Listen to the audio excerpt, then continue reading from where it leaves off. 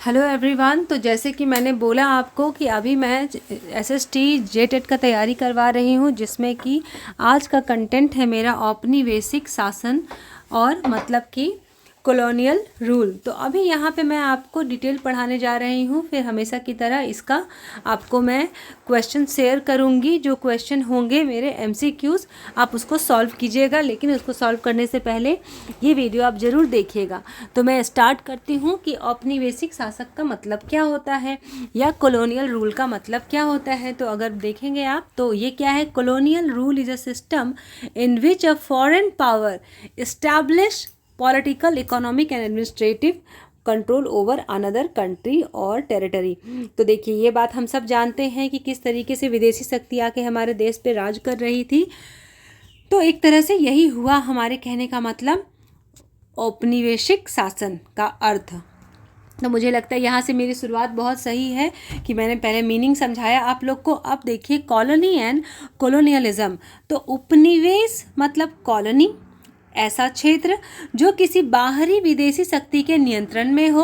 और कॉलोनियलाइजेशन का मतलब क्या होता है या कॉलोनियलिज्म का मतलब क्या होता है, दूसरे क्षेत्र पर नियंत्रण स्थापित करके वहां अपने राजनीतिक और आर्थिक हितों को बढ़ावा देना।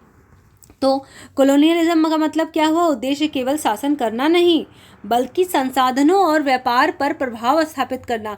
आपको तो पता ही है कि हमारा देश सोने की चिड़िया कहा जाता था, लेकिन सारा यहाँ से सोने की चिड़िया जो भी था सब यहाँ से एक्सपोर्ट हो गया। अगला सवाल या अगला कंटेंट हमारा क्या है, तो भारत में औपनिवेशिक शासन वो कैसे क्या आया। तो शुरुआत से हम शुरू करते हैं।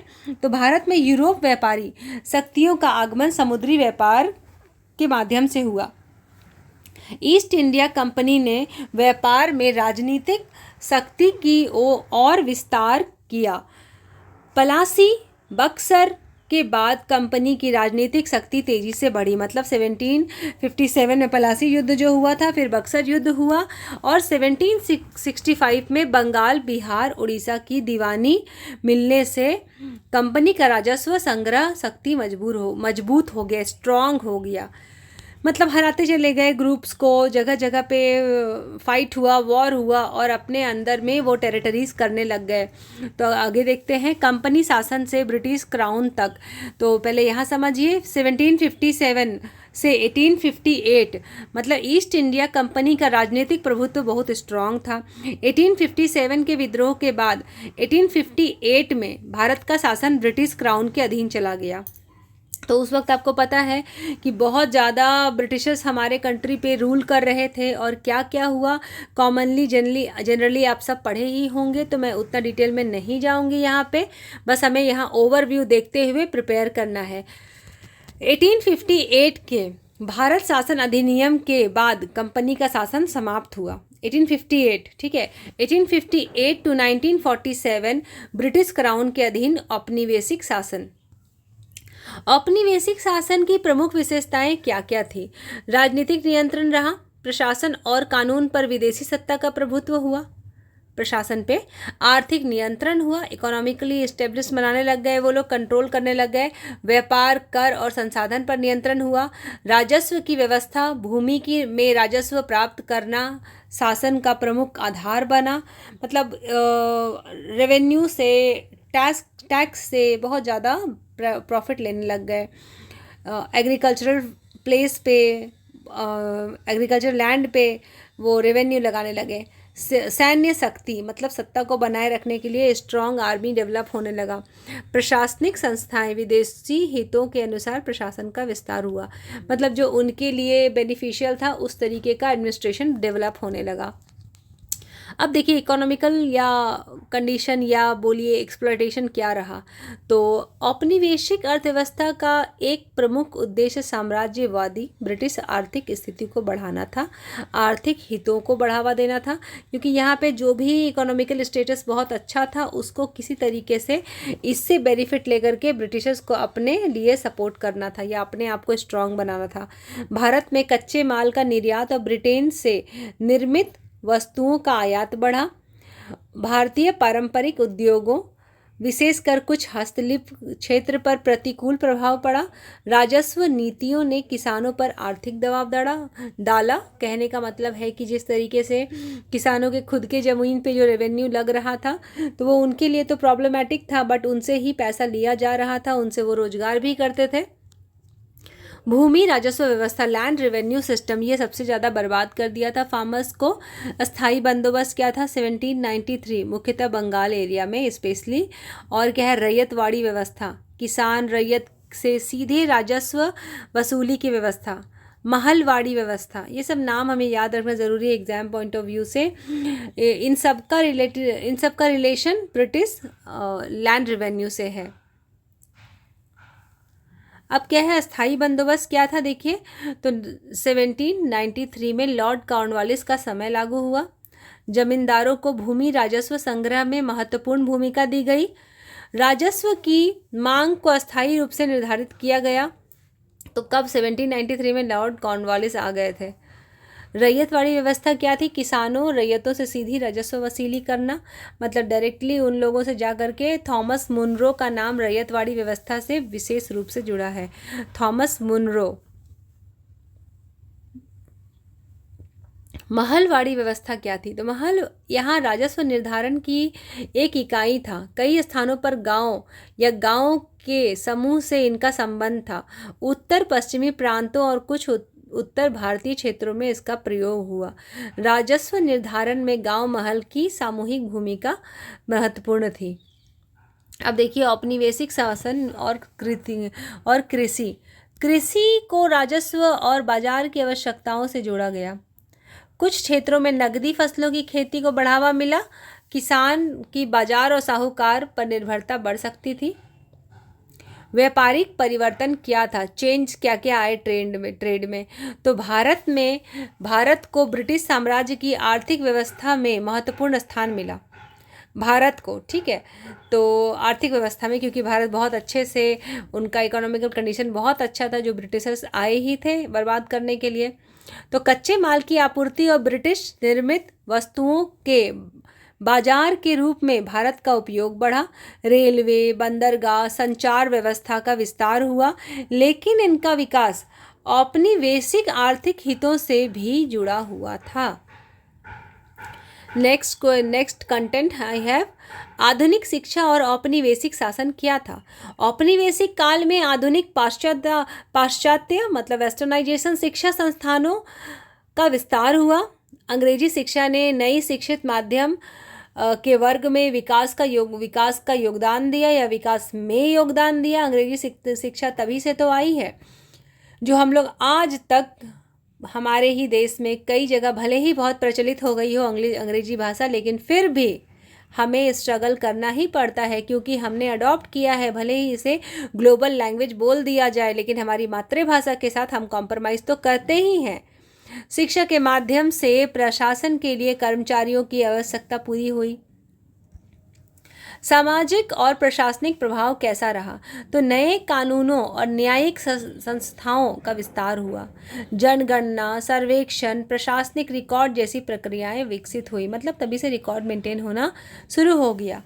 औपनिवेशिक शासन ने भारतीय समाज, अर्थव्यवस्था और प्रशासन में व्यापक परिवर्तन किए। आदिवासी समाज और औपनिवेशिक शासन, अब यहाँ से हमें देखना है कि किस तरीके से रीजनल ट्राइबल्स आने लगे। भूमि, जंगल और संसाधनों पर औपनिवेशिक नीतियों का आदिवासी समुदायों पर गहरा प्रभाव पड़ा। वह कानूनों और राजस्व भूमि व्यवस्थाओं से पारंपरिक अधिकार प्रभावित हुए। साहूकार जो थे, जमींदार, औपनिवेशिक अधिकारियों ने कई बड़ी भूमिकाएं निभाई। अब हम लोग झारखंड पे थोड़ा फोकस करते हैं, थोड़ा यहाँ ध्यान देंगे, क्योंकि जो भी सवाल आएगा जेटेट में, झारखंड टेट में, झारखंड को फोकस करते हुए ही आएगा। तो छोटा नागपुर क्षेत्र में भूमि, जंगल और पारंपरिक अधिकारों पर औपनिवेशिक हस्तक्षेप का महत्वपूर्ण प्रभाव पड़ा। आदिवासी समाज में भूमि और स्वायत्तता की रक्षा के लिए अनेक प्रतिरोध हुए। संथाल हुल, जो हमें याद रखना बहुत ज़रूरी है, संथाल हुल 1855 to 56 और बिरसा मुंडा का उलगुलान 1899 to 1900 ये सबसे इम्पॉर्टेंट है, इसको मैंने यहाँ पे मेंशन भी किया है, आप ये ज़रूर देखिएगा। तो इसमें क्या रहा था, भूमि, जंगल, दिक्कू, आदिवासी प्रतिरोध पर विशेष ध्यान देने के लिए कहा गया था। देखिए 1857 का जो रिवॉल्ट रहा था वो क्या था। 1857 का विद्रोह कंपनी शासन के विरुद्ध एक बड़ा विद्रोह था। इसके पीछे सैनिक, राजनीतिक, आर्थिक, सामाजिक, धार्मिक कारणों का मिश्रण था। 1858 में कंपनी शासन समाप्त हुआ और ब्रिटिश क्राउन का प्रत्यक्ष शासन शुरू हुआ। अब देखिए औपनिवेशिक शासन का भारतीय समाज पर प्रभाव क्या पड़ा। तो राजनीतिक विदेशी सत्ता का प्रभाव हुआ, मतलब कि पॉलिटिकल कंडीशन संभालने लगे, वो अपना रूल करना शुरू कर दिए। इकोनॉमिकल कंडीशन में देखिए हर जगह राजस्व लगा दिए, रेवेन्यू लगा दिए, कंट्रोल करने लगे व्यापार को, और हर जगह मार्केट रेट को कंट्रोल करने लग गए। सामाजिक नए कानून, शिक्षा और प्रशासनिक संस्थाओं का प्रभाव पड़ा। पश्चिमी शिक्षा और विचारों का प्रसार, साथ ही सांस्कृतिक प्रतिक्रिया और सुधार आंदोलनों का विकास भी हुआ। राष्ट्रीय आंदोलन और औपनिवेशिक शासन, ये क्या था। तो राष्ट्रीय आंदोलन तो होने ही थे। औपनिवेशिक नीतियों के प्रति असंतोष ने राजनीतिक जागरूकता को बढ़ाया। भारतीय राष्ट्रीय कांग्रेस की स्थापना हुई 1885 में। स्वदेशी, असहयोग, सविनय अवज्ञा और भारत छोड़ो आंदोलन राष्ट्रीय आंदोलन के प्रमुख चरण थे। ये तो मुमकिन था और होना भी चाहिए। हमारे जो फ्रीडम फाइटर्स थे तो उन्होंने कितना बर्दाश्त किया होगा, तब जा कर के इस तरीके के रिवॉल्ट पे आए, और ये रिवॉल्ट होने के वजह से आज हम स्वतंत्रता दिवस मनाते हैं। तो हमें स्पेशली याद रखना है स्वदेशी, असहयोग, सविनय अवज्ञा और भारत छोड़ो आंदोलन कितना ज़्यादा इम्पॉर्टेंट है हमारे लिए हमेशा ही। स्वतंत्रता और औपनिवेशिक शासन का अंत तो कब मिला। भारत को स्वतंत्रता 15 अगस्त 1947 को स्वतंत्रता मिली, और ऐसे ही नहीं मिली, बहुत ज़्यादा आंदोलन हुए तो मिली। ऐसे मैंने 4 आंदोलन मेंशन किया है, लेकिन ऐसे कई आंदोलन हैं जो मैं आपको पढ़ाते पढ़ाते बात करते जाऊंगी। 1947 के बाद भारत ने स्वतंत्र राष्ट्र के रूप में अपनी राजनीतिक और प्रशासनिक व्यवस्था विकसित की। अब देखिए लर्न करने वाली बात, वन लाइनर। 1757 में क्या हुआ था, प्लासी बक्सर दीवानी अस्थाई, प्लासी बक्सर दीवानी अस्थाई, प्लासी बक्सर दीवानी अस्थाई, ऐसे याद रखिएगा, प्लासी बक्सर दीवानी अस्थाई। तो 1757 में प्लासी युद्ध हुआ था, 1764 में बक्सर का युद्ध हुआ था, 1765 में दीवानी अधिकारी, और 1793 में अस्थाई बंदोबस्त। तो मैंने आपको बताया ना, प्लासी बक्सर दीवानी अस्थाई, ये सारे 1757 से शुरुआत होके 93 पे चले गए। अब अगर मैं बात करूं 18 वाले में क्या क्या रहा, तो 1857 में विद्रोह हुआ, 58 में ब्रिटिश क्राउन का प्रत्यक्ष शासन आ गए लाइमलाइट में, 1885 में भारतीय राष्ट्रीय कांग्रेस की स्थापना हो गई, और 1947 में भारत की स्वतंत्रता मिल गई। तो एक बार फिर से आप मेरे साथ रिपीट कर दीजिए, प्लासी बक्सर दीवानी अस्थाई, प्लासी बक्सर दीवानी अस्थाई।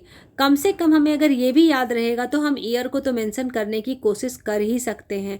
चलिए अगर आप रोट लर्निंग से लर्न कर सकते हैं तो कर लीजिए, लेकिन मैं आपको कहूँगी आप एक गाना ही गा दीजिए मेरे साथ, प्लासी बक्सर दीवानी अस्थाई। अच्छा नई लाइन बन गया है। चलिए नेक्स्ट हम लोग देखेंगे, थोड़े MCQs को देख लेते हैं कि क्या क्या क्वेश्चन आ सकते हैं। तो औपनिवेशिक शासन का अर्थ क्या होता है, तो विदेशी शक्ति द्वारा दूसरे क्षेत्र पर राजनीतिक नियंत्रण। तो संथाल हुल कब हुआ था, 1855 से 56। तो आप इन क्वेश्चन को देख लीजिएगा, और thank you so much for watching this video. मैं आपके साथ इसका MCQs ज़रूर शेयर करूंगी। आप इसको डिटेल पढ़ने के बाद ही, वैसे देखिए मैंने सारे सीरीज़ में पहले डिटेल को अपलोड किया है, फिर उसके बाद मैंने अपलोड किया है MCQs क्वेश्चन। तो मल्टीपल चॉइस क्वेश्चन आप जब भी सॉल्व करें, अगर आपको ज़रा सा भी लगे कि आपने नहीं लर्न किया है, या अगर आप कहीं लर्न कर रहे हैं, तो भी आप अपने नॉलेज को चेक करें यहाँ आ करके, और please after completing all the MCQs ज़रूर मेंशन कीजिए अपने score, what you have scored in this MCQs। Thank you so much for watching this video. I will meet you in the next session.